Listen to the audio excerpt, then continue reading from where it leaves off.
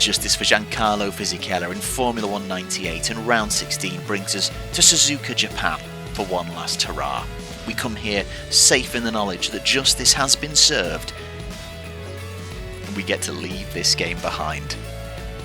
As such, we're going to have a bit of fun with it and lean into the chaos. I'll also be giving my thoughts on the game now, having completed a full season playthrough and having experienced everything the game has to offer.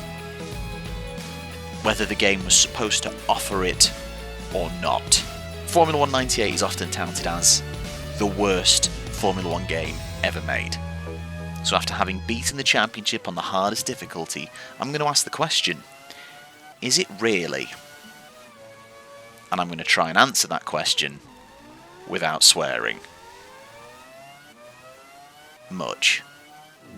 Just 4 points separated Mika and the Michael coming into the season finale. In qualifying, Schumacher would take his third consecutive pole, with Hakkinen just a 10th behind, the championship contenders lining up on the front row, and the pair of them over a second quicker than the rest of the field. Fisichella qualified 10th, just behind his teammate, the pair of them sharing row 5, and because it was the last quali of the season, for old time's sake, Riccardo Rosset would fail to qualify. It would be his 5th DNQ of 1998. Thanks for the memories. So obviously the Benetton team have been celebrating pretty hard since Luxembourg. So hard, in fact, that they haven't really stopped, and unfortunately one of the mechanics has made a mistake, meaning we can't actually participate in qualifying, and we'll have to start from the back. Wirtz's side of the garage is fine because they don't have that much to celebrate. In fact, they're still trying to get themselves ahead of Eddie Irvine in this final race, so their work isn't quite done. Yes, we are going to finish the season with another last to first challenge. Let's see if we can do better than we did in Monza. So it's relentless stuff from Coulthard and McLaren. Coulthard on pole, McLaren front row, Schumacher third, but Wirtz is 4th, just half a second off pole, and he's got a Lacey between him and Irvine. He could nick it. He could nick it off Irvine. And if we come across Eddie Irvine, we might intervene. In real life, with the title on the line and the championship contenders side by side at the front, of all the things to happen, I think very few people would have expected Michael Schumacher to stall his car and be forced to start from the back of the grid. From there, Hakkinen was able to lead away comfortably, and Irvine unable to catch him. Schumacher, of course, tried to fight back through the field, but a puncture on lap 31 would force him to retire, meaning Hakkinen would be crowned world champion regardless of his win, which saw his points total rise to 100 for the season. Giancarlo Fisichella would finish 8th on the day and 9th in the championship with 16 points, 1 place and 1 point behind teammate Wirtz in the standings. So Suzuka is quite a flowing track, and there's lots of long corners, and as discussed with the unique handling model of this game, there's no enjoyment really to be had here in that sense, because the flowing corners are not flowing, they're just janky, and you have to do all these abrupt yanks on the brake to get the car to turn. The last time we started from the back we aimed for points, however it would be a true last to first challenge if we don't just set the target as win. So let's try and win, let's see what we can do. A little side quest though is if we can kind of interfere with Eddie Irvine's progress and hopefully Wirtz can stay ahead, maybe Alex Wirtz could finish 5th in the drivers' standings.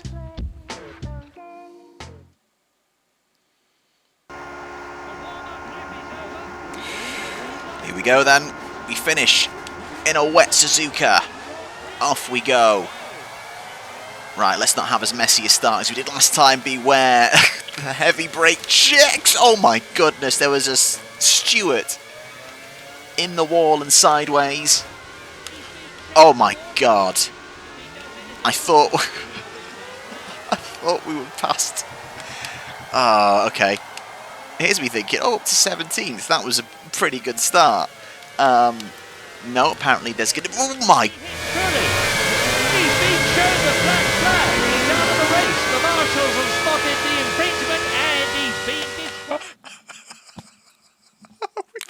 Are we serious? Well, thanks for watching, everyone. That was Formula 1 98. So, unsurprisingly, we're not having that. That wasn't my fault. I got 2 of the most insane brake checks ever.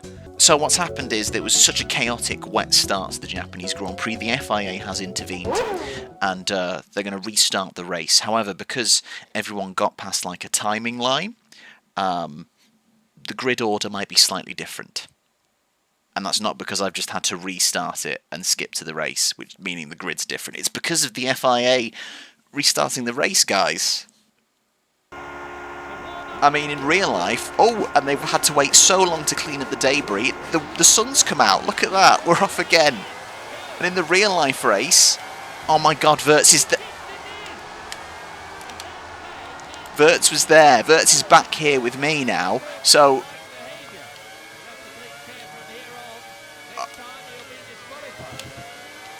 well... I'm going to give everyone an extremely wide berth now. But why is Wirtz there? That's ridiculous.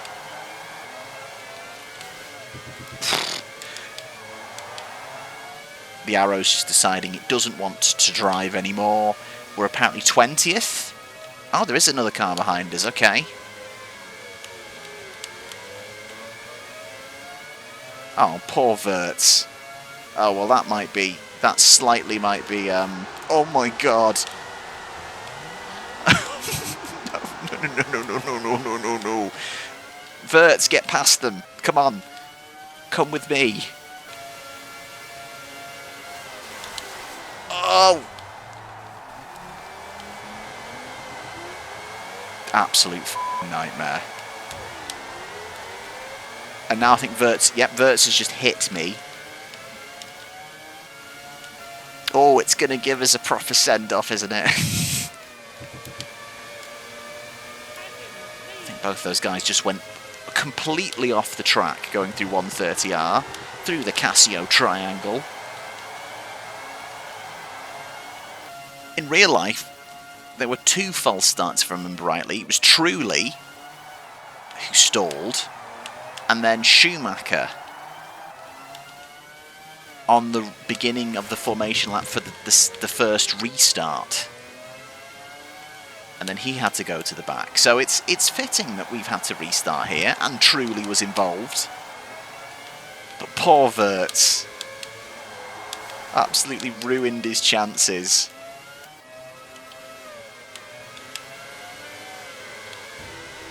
Oh my god.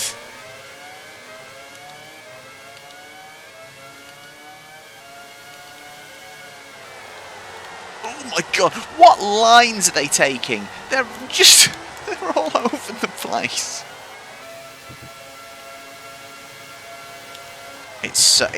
Oh god, I've just...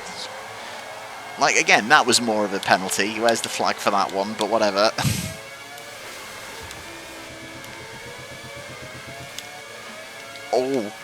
Oh, come on now. Oh, sparks coming out the back of the Benetton. This is awful. Oh my god, where are they all going?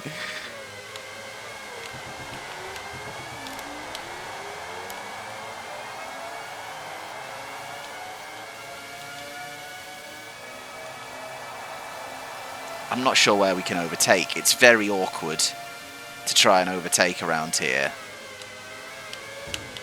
Which I suppose is quite a realistic interpretation of the circuit. It is awkward to overtake around here generally. But in this game, I don't know where. We're going to literally just wait for them to drive off the road at 130R, and I think that's pretty much it.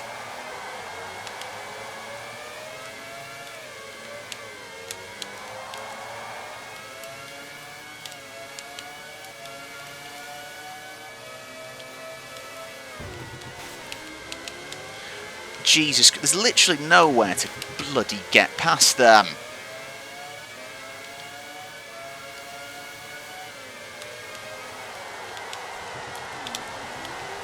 Go, go, go, go, go. It's the full-on traffic jam on the exit of the hairpin. Right, fine. They did that to me, I'll do it to you guys. Yeah, I actually was coming into this race actually quite calm. Like, happy to be leaving the game behind, but also, like, it hadn't frustrated me in a while. We'd managed to get, like, a handle on it, and we'd done enough to comfortably win the championship. Amazing. What the shit? It's just doing everything to annoy me and frustrate me again, and it's bringing back all of the things.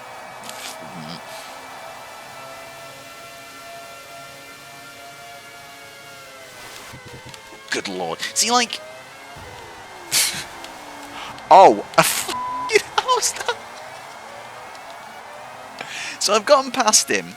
He somehow then managed to hang it round the outside of me, and just crash into me and knock me off the track sideways to the inside of turn 1 and 2. I mean, you were literally drifting across track in the braking zone and brake checked on approach. You're taking the piss.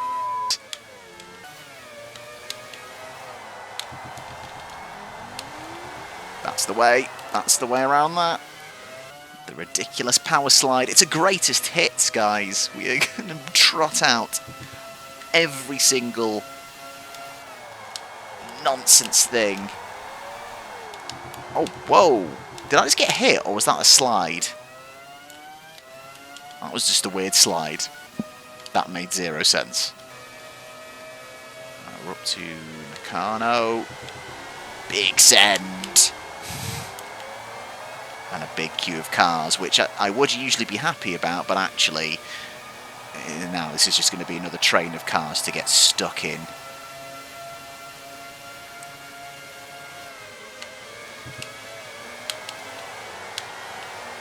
Oh my god! Oh!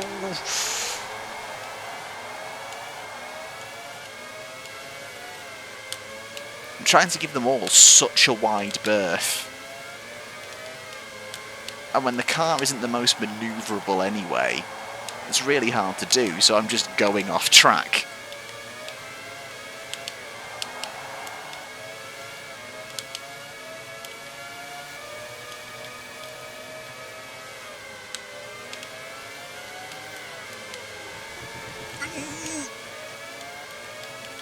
Having to get creative. Oh my god!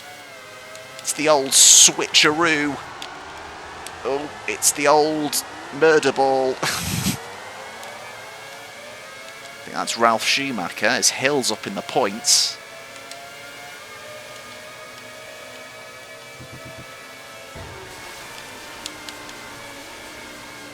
I just have no words.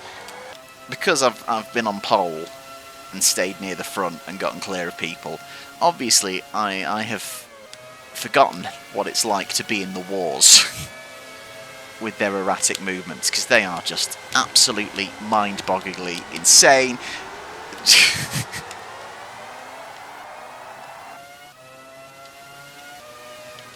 Christ, we're not even halfway through yet. God. Okay, well this is good, because we've made great progress somehow, despite just an absolute show. We are a long way from the leaders though, bloody hell. If Häkkinen's going over the start-finish line while we're exiting Spoon.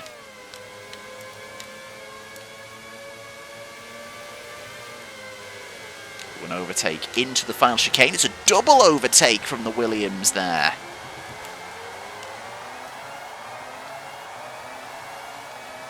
We can only sit and watch in sheer amazement. And because the car doesn't turn very well.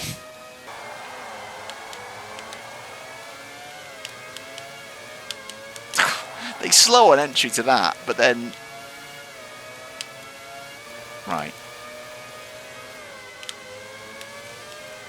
Ooh, a defensive move there from Rubens Barrichello. Or just weaving, probably, to but... Oh my god. Come on! It was definitely more fun doing this at Monza. Fucking hell.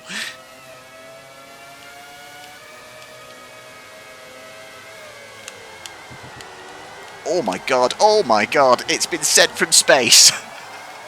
We've made it work. We're in the top 10. The arrogance of me thinking I could do a last to first challenge around Suzuka in Formula 1 98, and whilst doing it I was going to tell you about my thoughts on this game. But no, I need to concentrate now. The win's probably gone, but let's get in the points at least, for crying out loud. It might need a big send. It might need a very big send.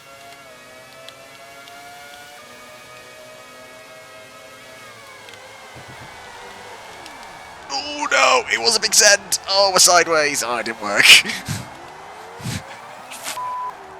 I suppose I should try and summarise my thoughts on this game whilst we struggle to probably a non-point scoring top 10. Visual Sciences were trying to follow up Bizarre Creations without as much experience and without anywhere near as much time. And it's clear there were people working on this project that were passionate about Formula 1 and wanted to kind of add things to improve and build upon the previous games, but they didn't either have the skill or the time to do so. And they had the decision of deciding to rebuild the game from scratch rather than building upon what Bizarre Creations had made before, which I believe was an option, as far as I'm aware. What we're left with is a game where the handling model is just nonsensical. The AI are... You can see them. They are all over the place. They're insane. There's bugs everywhere. Collie Boy's been doing lots of bug-related jokes in the comments. I don't know if he said this one in particular, but I think of it as a corpse that has yet to be discovered by authorities and has just been left to rot. It's got that many bugs. It is like driving around in a corpse. That's what I liken it to. And things are very much decaying. But what's remarkable is, despite all these bugs, the game still is playable. Like, we've just done a full season on it. As I may have said on a couple of occasions, I actually did have some enjoyment doing it. Like, don't get me wrong, at no point have I ever started to think the handling's good. It's not. It's broken. The AI is awful. Those things will never change. But a couple of people have said this to me in the comments. Helium Trophy was one notably, where it's like, if you just accept the game for what it is and play it on its terms, you can still have fun with it, and it's still playable. And that's true. And we've had, admittedly, a lot of frustrating times, but we've also had a good laugh with this game. And I will absolutely remember playing it. I still might come back to it for a bit of a laugh sometimes. And when I say a bit of a laugh, it's probably usually going to be at the game's expense, but, you know. Okay, Jean. I really don't want to cause any issues for you, my guy. Let's go, let's go, let's go! It's as cleanly as I think that was going to happen. Oh, I don't think we're going to get points at this rate. So here's the thing, coming to the end of the season, I don't suddenly think it's a good game. Oddly enough, I don't think of it as badly as I did when I started. It may not be the experience you want out of an F1 game, but fun can still be had. And there are many people in the comments who've said they had fun with this game. Some knew it was rubbish at the time, some of them look at it now and go, God, this is rubbish. But they still had fun with it. And you know what? More power to you. If you enjoyed this game, I've somehow been able to get enjoyment out of this game.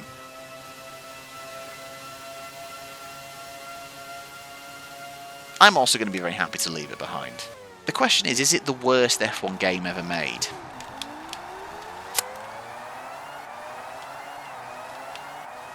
I don't think it's that clear. Not quite good enough to get any points, but that's... Honestly, I think there's another. But we'll come back to that. We are done. Yes! Knew I could do it. Get me out of this shithole. Well done. You managed to complete the championship and attain first possession in the Drivers' League, which is what we all refer to it as.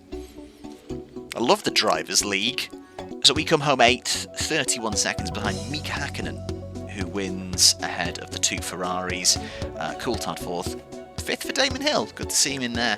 Villeneuve 6th. Wirtz nowhere in the end. Could have been promising, but that restart, the weather, bloody FIA, you know. So final confirmation of the standings, we finish on 104 points, which I think is our best ever total. Yeah, we're comfortably ahead of David Coulthard, who incredibly only finishes 2 points ahead of Mika Hakkinen after all that. Schumacher 4th, Irvine 5th, Wirtz is 6th ahead of Heinz-Harald Frentzen. And we scroll down a bit with Lacey, Hill picking up points to finish tied with teammate Ralf Schumacher, Jacques Villeneuve just behind, and then on the other side of the Drivers' League, we have Johnny Herbert on 3 points. Yeah, I know. Thank you. In the Constructors' League, McLaren, Mercedes are comfortably winners. We're comfortably second. Ferrari 3rd. Williams do hang on. They pick up another point and they solidify, coming home 4th ahead of Sauber. More points for Jordan today, which brings them into double figures right at the death, but they remain 6th. And then Minardi, Prost, Tyrrell, Arrows and Stewart not scoring this season. Yeah, I know.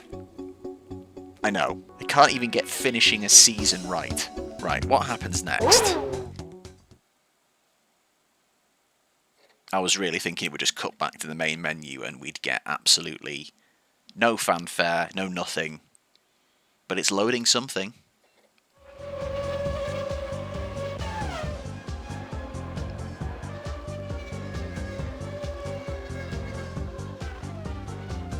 Okay. So this just looks like clips of the British Grand Prix.